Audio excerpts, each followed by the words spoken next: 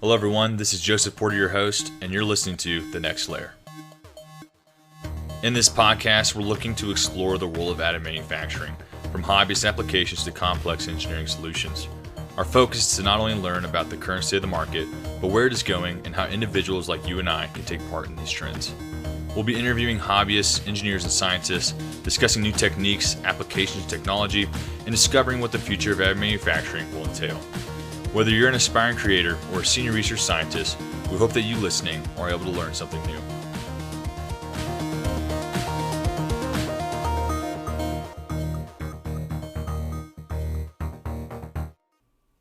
In today's episode, I have Melody Sadowski-Buca on, who's a student from Rochester Institute of Technology. In it, we talk about her experience working in FIRST Robotics with 3D printing, some of the research she did through college on tensile strength, what it's like to work at the Fab Lab at RIT, some design tips for all those not experiencing mechanical design, and where we hope to see the 3D printing market go. Thank you for tuning into today's episode, and I hope you enjoy The Next Layer. We'd like to thank our sponsor, MarketList.com, for making this episode possible. MarketList is an online contract bidding platform for additive manufacturing where local manufacturers have access to a wider range of work that they can bid on, and clients can receive offers that best fit the needs of their project. If you're interested in saving time and money on your next 3D printing project or taking on more clients for your business, stop by MarketList.com. The link is in the show notes. So I've got Melody here with me today. Melody, tell us a little bit about yourself. I am a fourth year at Rochester Institute of Technology. I'm a mechanical engineering major, and I'm from Cleveland, Ohio, and I know a little bit about additive manufacturing from some of my experiences. Since freshman year, I've been working at the Fab Lab here on campus with a lot of the 3D printers and laser cutters. And then through a couple of my co-ops, I've had the opportunity to pursue the technology as well. Yeah, so let's talk a little bit about the experience with the 3D printing. What brought you to the world of 3D printing? So I've always been involved in robotics since I was little, doing first Lego League and junior FLL and all the way up to FRC. FIRST Robotics is a high school / middle school or just an educational robotics program and competition. But 3D printing has made its way into being super useful for that kind of stuff. Just so you don't have to wait maybe a month to get a part in the mail and you can print it right away, or, just from the engineering side, design something, print it, and try again if you need to. But that started with smaller scale 3D printers like the Prusa i3 or something like that. And then when I graduated high school, I talked to the people here at RIT, and I was talking about my interests in additive manufacturing. And then they were like, hey, we have an opening here at the Fab Lab. We have two 3D printing labs, or technical additive manufacturing labs here on campus. There's one called the Construct and one called the Fab Lab. The Fab Lab is in the Arts Building, which I enjoy because I'm a big fan of crossing engineering with industrial design. But that is usually meant to service the people in the arts, and then the Construct is for engineering people, but really anybody can use whatever service they want. But then they hired me there freshman year, and I started just servicing their machines, and then throughout the years fixing them or putting together new ones or investigating new products or materials that would be beneficial for the people here on campus. Wow, that's awesome. So let's say here, so you started out with doing 3D printing with FIRST Robotics, making different parts for the robots, correct? Right. So like when you got involved, you're saying you were working on a Prusa. Was this through so I'm not totally familiar, I guess, with FIRST Robotics. Let's dive into a little bit with that. What exactly were you printing for the FIRST Robotics? So I guess Mainly, it started in high school using 3D printing for the robots, but like I might have mentioned before, I started a community robotics team, FRC team, the senior year of my high school. Um, and we worked out of a storage unit. It's called CubeSmart. And so it's like a 15, but I think it was 15 or 25 square feet storage unit, but it was inside a building. It wasn't like outside or anything. And then we got like this one drill press from Harbor Freight and just some real cheap technology that we could use one at a time because you can't plug multiple things into the outlet there at CubeSmart, or you'll blow a fuse, and that happened a couple times. So one of those things was building this Prusa i3 that was kind of low current, low voltage, but would mean that we could design parts in CAD and then print them to be used on the robot. Um, the design part portion of the competition for us was the largest part. We always spent way too much time on it and ended up eating into a lot of uh, our assembly time, if you will. So the 3D printer added something that we never had before. It just added that little extra advantage of building and prototyping so that we could save time in the building process later. What would people normally use to build designs previously before using the 3D printer? Were you like talking just about like CNCing, or you said you're talking about drill press, and what was the original method? Yeah, usually teams are tied into schools so they have access to the wood shop or lathes or actual drill presses, not ones that are desktop presses. So they would do a lot of wood things, and their teams were also huge. So there'd be a whole design team that would just work on prototyping, and then they would hand it off to the build team and programming and so on and so on. But we were only, I think, 15 people at our max, and you're building a 150-pound robot in 6 weeks. Oh wow. Yeah, so before the 3D printing, it would be like foam, or we would do wood as well, but we never had like anything other than a small, maybe circular saw. We didn't have table saws or um, anything of the like. I have Discord on. Let me know if you can hear that. Sorry about it. Oh, you're fine. And so it would be kind of precarious and not as professional looking in the end because the way we would prototype wouldn't be as precise as something like 3D printing. Okay, yeah, that's actually really really good point there. There's always these applications of 3D printing that are on the peripheral for a lot of people, especially in the professional environment. You see these wonderful, really cool, ways for a lot of those, yeah, like in high school or early in college, to really learn a lot about the design process when it comes to just making things, because of how much faster it is and how much faster you can iterate, and just kind of understanding strengths and weaknesses of design so like at such a higher speed. That's really cool that you guys were able to apply that. Yeah, and especially exposing exposing this technology um, to people in high school that never really heard of it before. And that was the biggest goal for me for this community team. I mean, some people might say, why would you do something? You're about to graduate, just graduate, get out of there. But then I saw the robotics team at my own school, since I went to school on like the east side of Cleveland. Um, and I lived on the west side. I really didn't like how things were run, and it was kind of like people were being kept in the dark about technology that, or just decision making.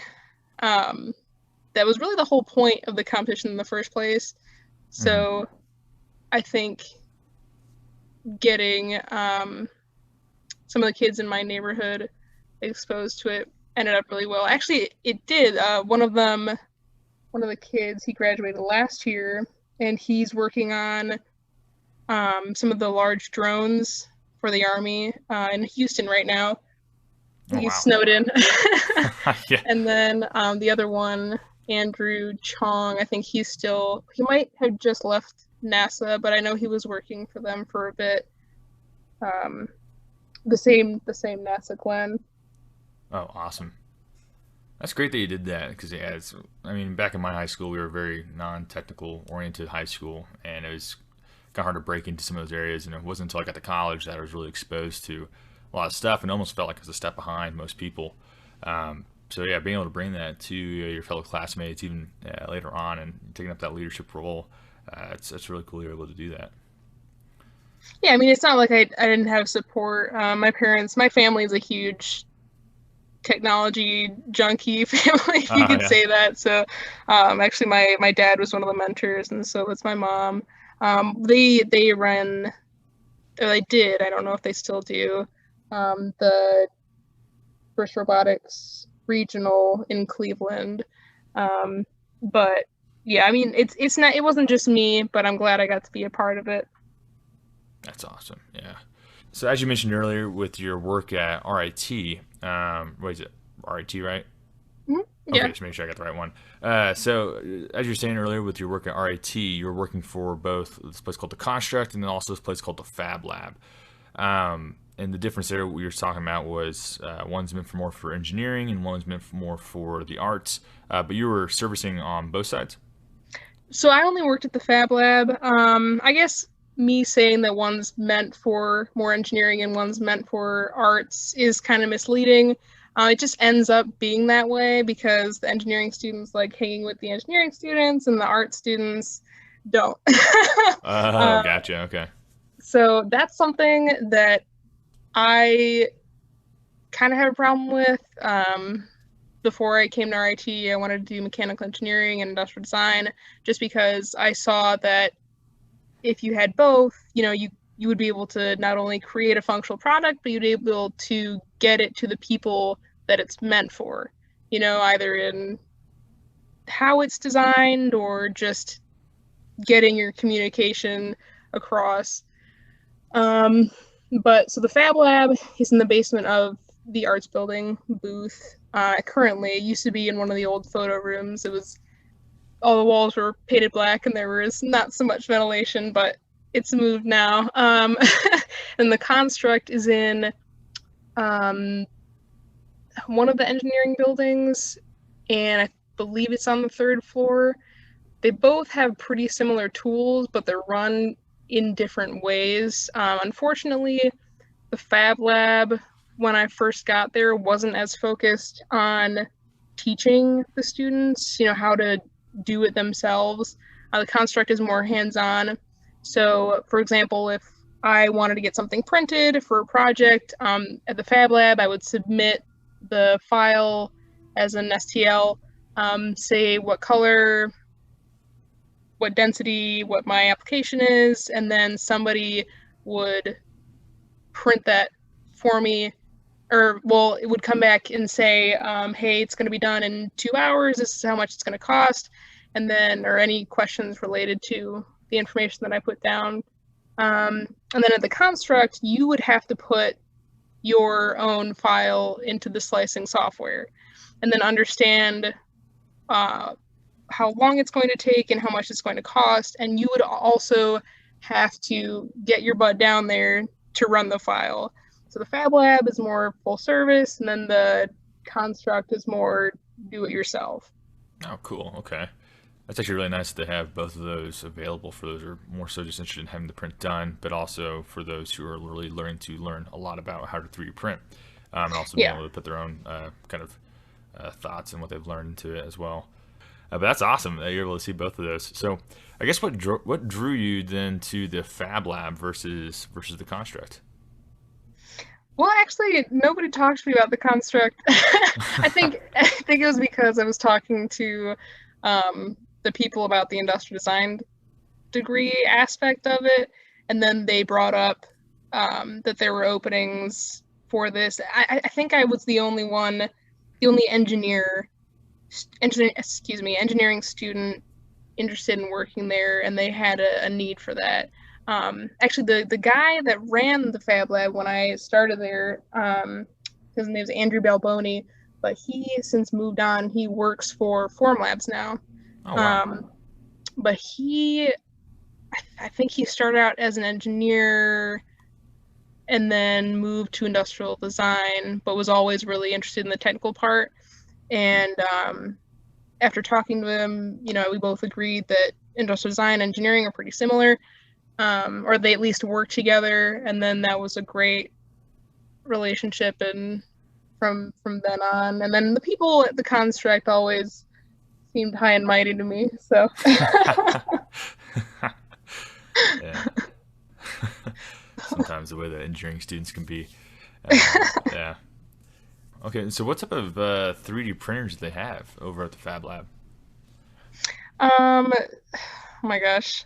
I'm not working there this semester, and I was on co-op the last 2 semesters, but they have the Markforged Mark II that I was pretty heavily involved in, just testing some of the engineering materials. That's another thing that I really enjoyed, was that towards the end of, I guess, last year, we really started to focus on use cases for different materials and like testing them, just so the students would know what they could use them for. So, for example, I did some tensile testing with making or figuring out how to test additive manufactured pieces. So, what infill, what pattern, how it's built, just different things, so that engineering students would know if they could use it for their project or not. And then there's also some of the, we have, Formlabs Form 2. I can't remember what the larger new one is. It might just be the updated Form 2. We used to have more custom printers, but then switched to the Ultimakers. I can't remember what model, but they are Ultimakers. They're with 2 different types of materials. Just because, after Andrew left, he was the one that really went through and customized these things, and then didn't necessarily document things as well, for the rest of us. So, but also the Ultimakers I really think that the interface system works well for our application, and just being able to train new people pretty much constantly on how to use it, and the slicing software and just the whole design of it is pretty user friendly. So let's take a step back there. You mentioned that you were working on tensile strength and working with different means of doing infills. For people who may not know that are listening to the podcast, can you describe a little bit about that with 3D printing? I would probably say that's more so with regards to the FDM printing, or is that a little bit with the SLA? Yeah, mostly with the FDM, just because it was the Markforged. The work that I did with the SLA printer was testing like what kind of resolution you could get with a mold, and what types of molding material you could use per resolution of mold. But FDM printers, they build a part layer by layer, and I think it's called an anisotropic material. But when the part is built, it's anisotropic, and what that means is it handles stress in different directions in different ways. So what I mean by that is, if you were to print maybe a cylinder with the circle on the bottom and printing it, I guess, the tallest direction upwards in the Y or Z direction, it is going to be weaker in the direction of those layers. So if you stand the cylinder up and you push it to the side. A good example of it is we had to print these holders for the filament spools themselves. And the holders are kind of that cylinder shape, but if you printed the cylinder with the circle on the bottom, those layers, those different slices would actually fail at the slice when you put the spool on, because you have the force of that mass and weight of the spool acting in the direction of that layer. So instead of printing them on that face, we would have to print them on the side so that the layers are in the other direction. And that's what isotropic means, is that it's stronger in one direction than in the other. Mm-hmm. Yeah, and so one of the ways I like to think about that too is like a slinky. In one direction, you can really jam the slinky, and it's gonna flippity floppy along its vertical axis. But if you try to compress it even further, right, it's not gonna really move much. Or like a can of Pringles or stuff like that. Yeah, I like that way better.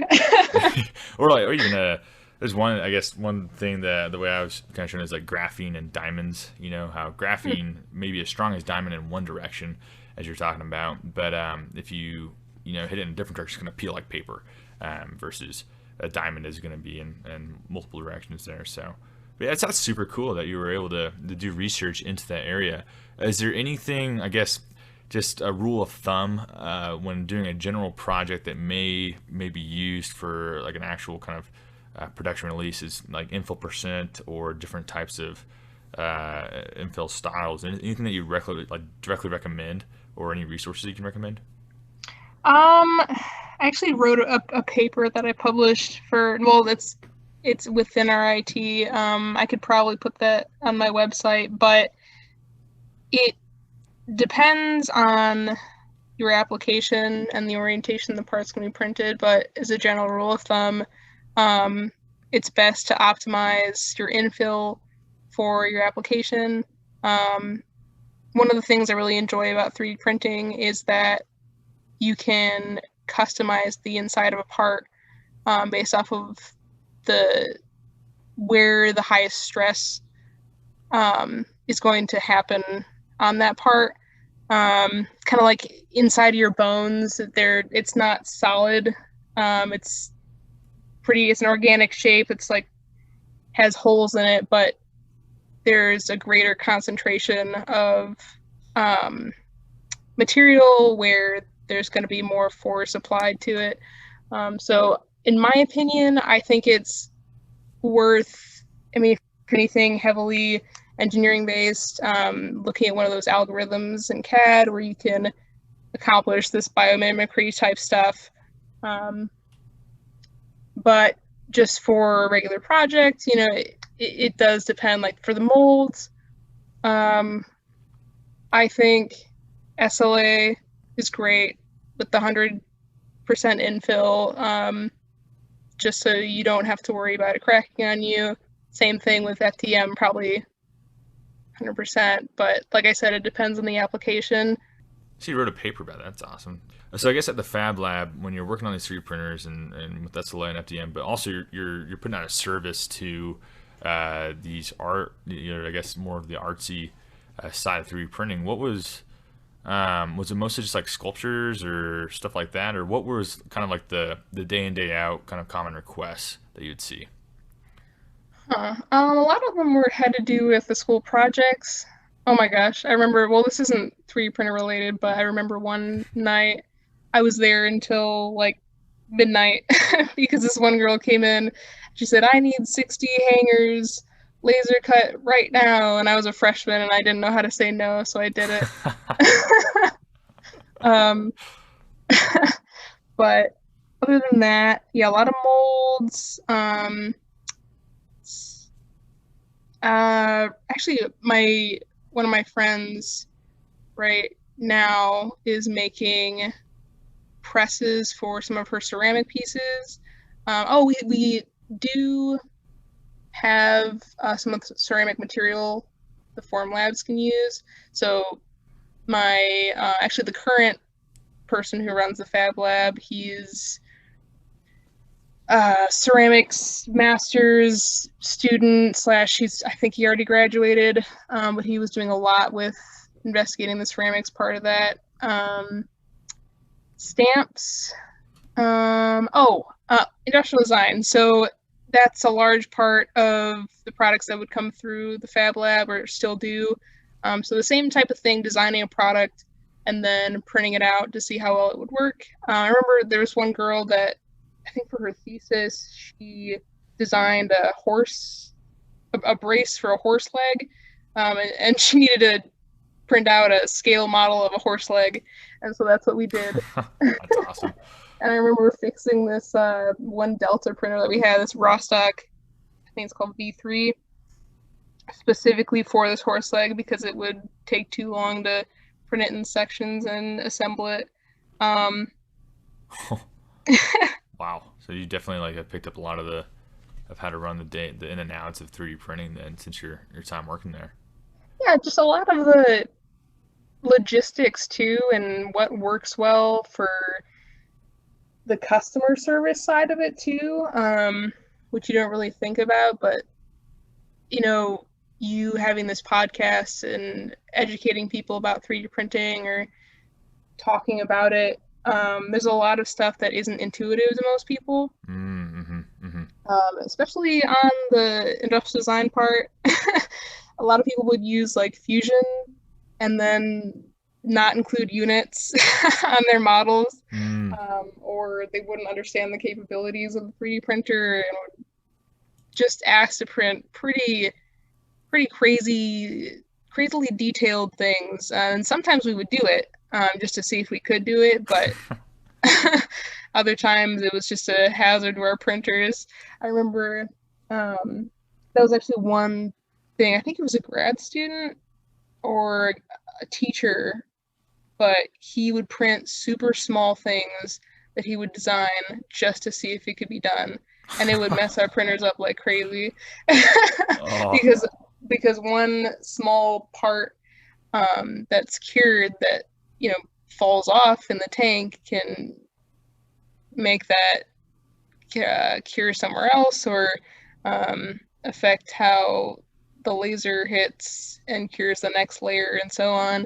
Oh, okay. But that helps a lot. Actually, I forgot, but the first co-op I had after my freshman year was at Harris Corporation before they were L3 Harris in Roanoke, Virginia. Cool. And one of the things that I did there, well, they do night vision, but one of the things I did there, because I knew about the requirements of a 3D printer and at least some of what they would need to know in order to get one and actually successfully use it. I was helping them decide which one to get. And then kind of a similar story with this past co-op I came back from, which is from ITEN Industries in Asheville, Ohio. They wanted to get this new thermoplastic 3D printer. So for people that don't know, thermoplastics is more like FDM, but like PLA FDM, so that you can melt down and reuse the filament afterwards. Or it's really just pellets that you can melt down, make into the filament, and the filament you can make into plastics. Somebody explained it to me that it's like frying an egg or melting an ice cube. Melting an ice cube is thermoplastic, and frying an egg is thermoset. But basically, so they ended up going with investing in this new technology with Juggerbot 3D out of Youngstown that came up with it, and then just figuring out with them how to make it work within their own manufacturing capabilities. And I believe they went with a grant to get another larger pellet FDM printer as well. Oh, cool. Okay. That's a set that not many people I probably would say have very much experience with. So that's awesome. You're able to take your experiences in college, bring that to your co-ops as well, and kind of leverage the skill sets. That's awesome.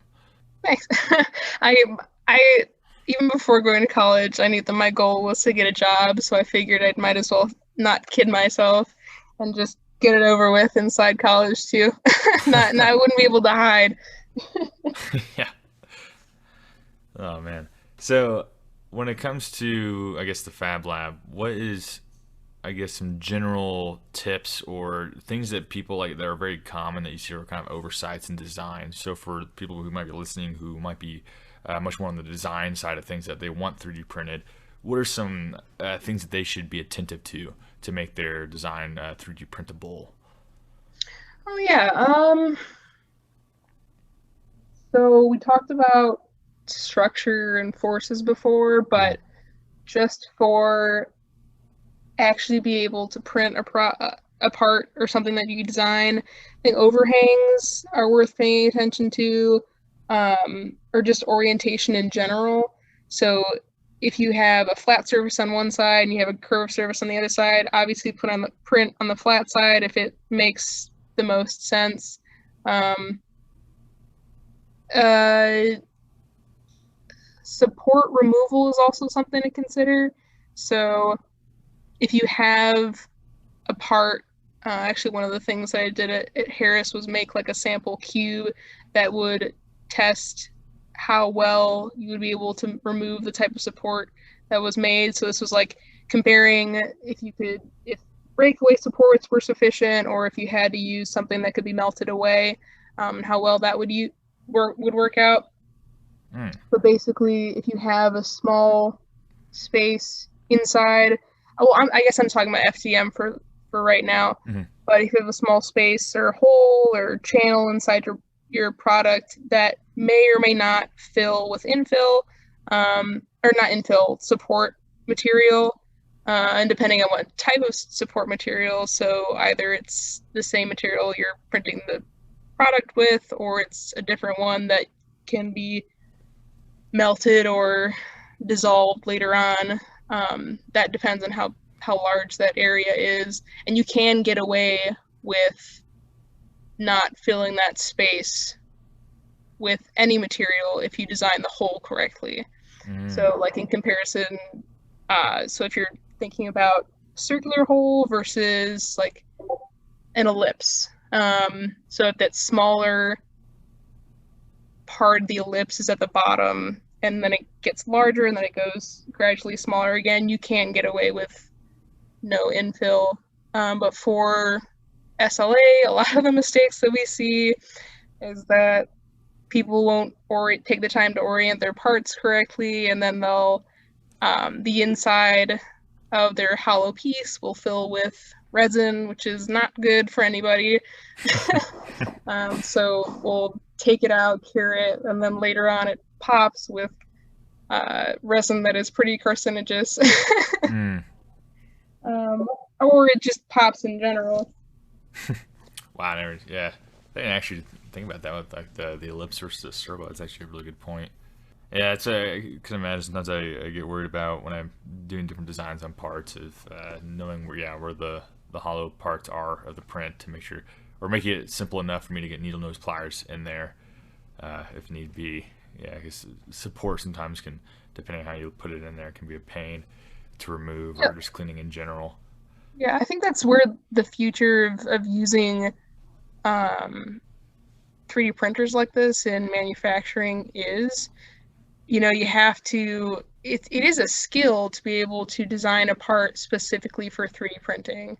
And you have to learn the kind of tricks that come with the trade to do that. It's not always intuitive to even an engineer at first. No, yeah, I totally agree. That's like one of those things I think a lot of people misinterpret about 3D printing.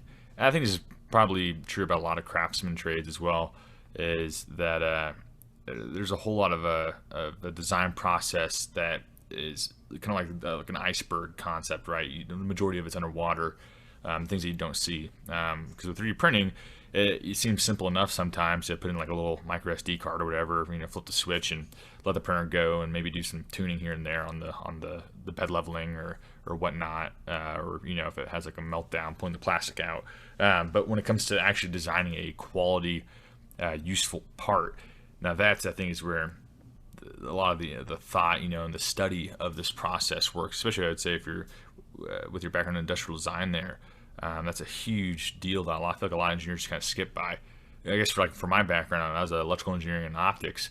That's not an area that I was really heavily set in when I started to do 3D printing. So me and 90-degree angles were a thing. Or if I was trying to make an encasement for my optics, not thinking about how much the plastic's going to expand, or what's a good way to put in something to push the optics or stuff like that. Just the basic design techniques that are out there. That's a huge part of 3D printing that I feel like a lot of people just skip past. Right. Even in making a part look good, with a lot of the SLA prints, especially with Form Labs, you can move and select where you want the supports to be, and just moving those supports so that you have to do less work later on, or they're not as noticeable when you remove them, because there's still little ridge whenever you remove the supports. Mm-hmm. But if you're printing like a small hand, putting the support at the tip of each of those fingers instead of in the middle of the finger. Oh, excuse me. That's a very good point, is thinking about where the supports are and where they need to be. That's a huge ordeal. And I think, there's a lot of things that I think are just kind of skipped over when it comes to just trying to get a print to work out there. I hop on Thingiverse sometimes and just like look around at some of the models that get put up there, and man, some of those things are they just look like painful to try to print well.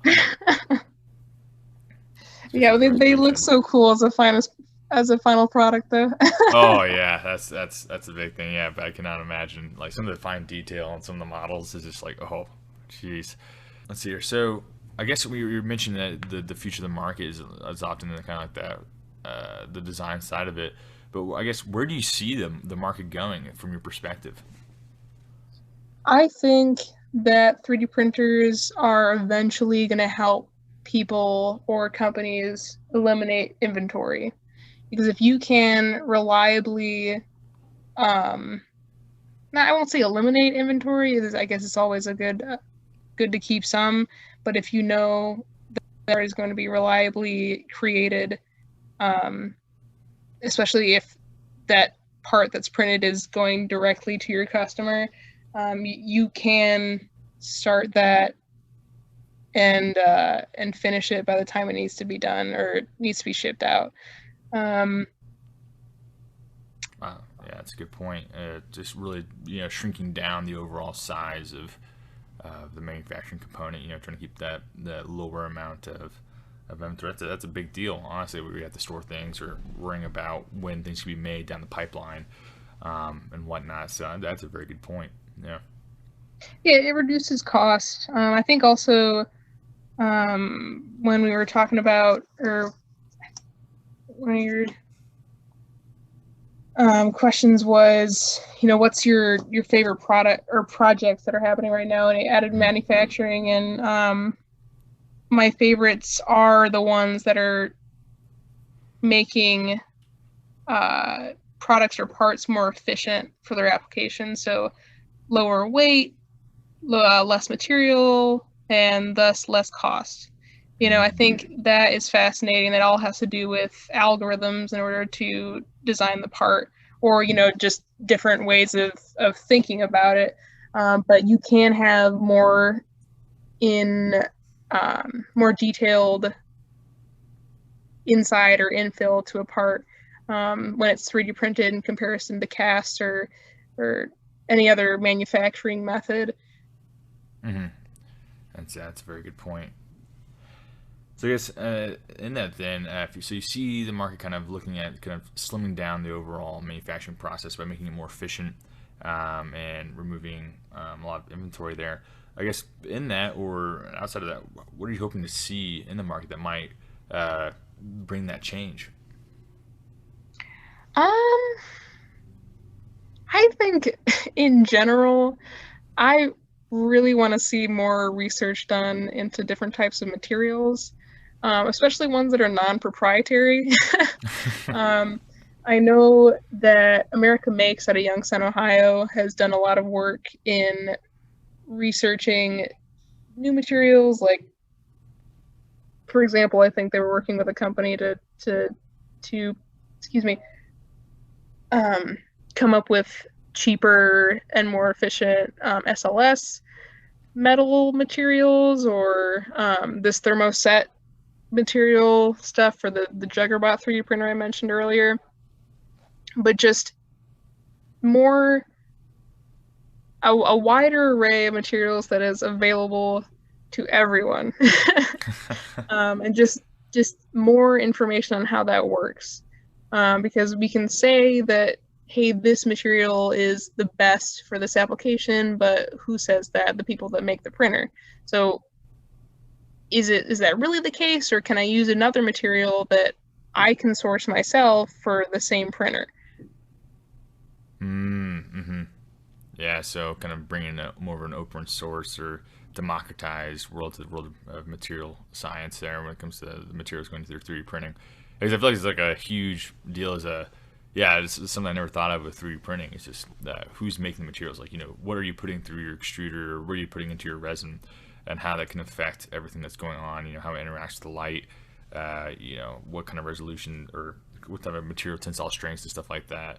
Or with FDM printers, just how, I mean, FDM I feel like is much more limited based on the material. The materials matter so much, just when it comes to structural strength and various different parts of the FDM process.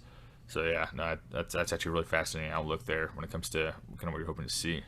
Let's see here. So as we were talking a little bit earlier about some of the recommendations for 3D printing, what are maybe some tips, tricks, or lessons learned through your time working on the 3D printers or servicing the Fab Lab?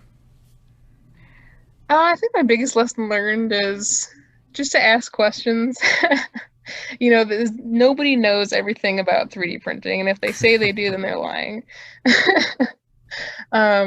Because new things are made every day related to this technology, and it doesn't make you dumb or stupid if you don't know how to orient a part right, because nobody really knows the optimal way to do it other than the computer itself.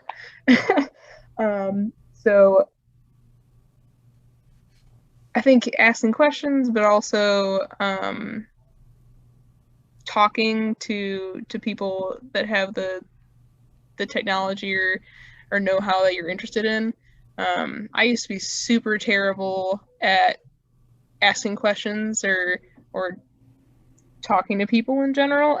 So, but lately I think it's so beneficial just to say, hey, American Makes, I see you're working on this material, what do you think is the future of that, or do you think it's going to be available anytime soon? Or even you can go a step further if you're trying to make your own business and say, when can I get it? I'd like to have a partnership with you and be able to use this material, or develop it with you. And it wasn't really until this last co-op that I realized it's really that easy. It's just talking to people, because people don't expect that. 9 times out of 10, people get in their daily lives and they get in their little grooves of, this is what I should expect from this day, and so on, that when somebody comes in and asks them about something that they're passionate about or that they're doing, of course they want to share. Maybe if it's not proprietary, but there's always ways. Yeah, that's super important when it comes to just asking questions about things you may not know. And I think it's true of any field too. But I feel like so many people are just afraid to ask that, especially in the technical realm, where it may Right. come off that you're not qualified in this area. I think it's very true especially for young engineers or those going through school. It's that imposter syndrome kind of feeling that you may like, oh, I should know this, and if I don't, they're not going to think I'm an engineer, or they're not going to think of the science or something like that.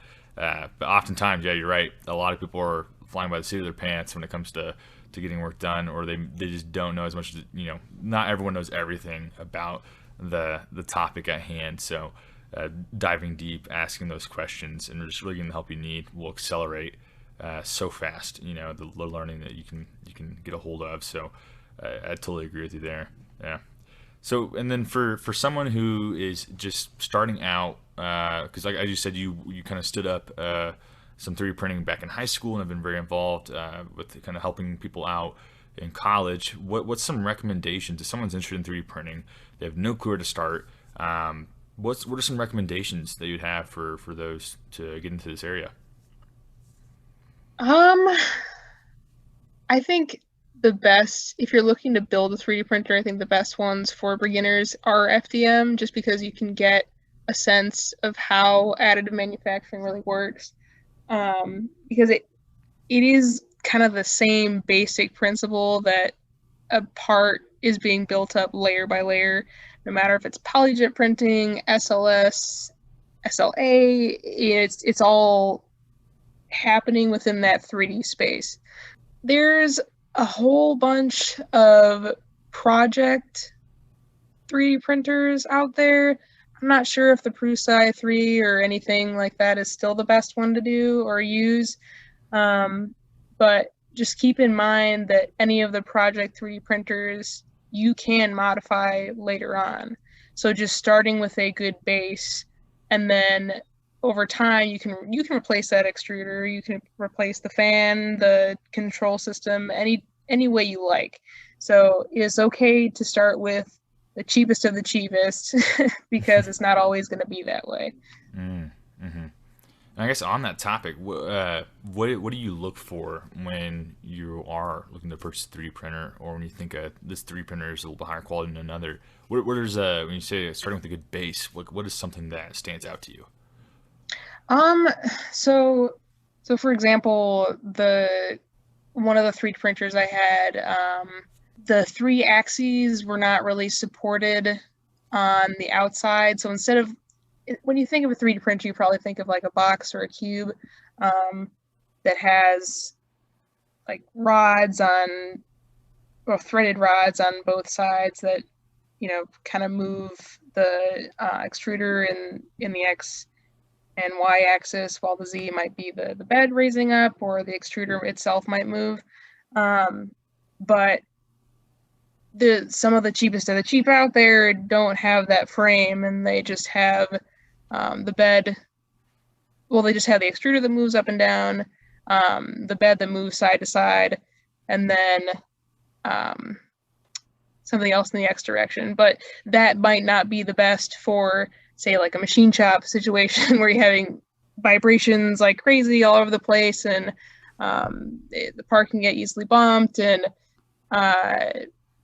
leveling that build platform, you're going to have to do it every single time. So if you start with something that has maybe a sturdier frame that might be a little bit more expensive, it could be worth it. But at the same time, if you start with something that doesn't have that frame, there might be more room for changing out those parts later on. You could make as large of a bed as you could possibly think of, just as long as you have the movement in the X and Y directions to back it up. Okay. Yeah, that's a really good point there. So, yeah, thanks for sharing that. So, this has been an absolute wonderful time being able to speak with you. You have a lot of knowledge especially just for still being in college and working through your degree. It's been awesome learning from you today. So, for any of our people following the podcast that may want to learn more about you, or see what you're up to these days, where can they find you or learn more about you? I'm on LinkedIn. I'm also on Instagram, but I think LinkedIn is probably better. Just Melody Sadowski-Buca. It's a long last name, but I think it's a conversation starter. I also have I also have a website, melodydsbuca.com, that should have my updated resume and experience and some other stuff. I can try to upload one of the piece that I wrote for the testing related to the Mark Forged. I have a contact form at the bottom if you want to email me. Thank you so much for hopping on the podcast today. It's been an absolute pleasure being able to talk to you about everything 3D printing, and I'm excited to see where it goes from here. Thank you so much. It has been a pleasure over here. I appreciate your time and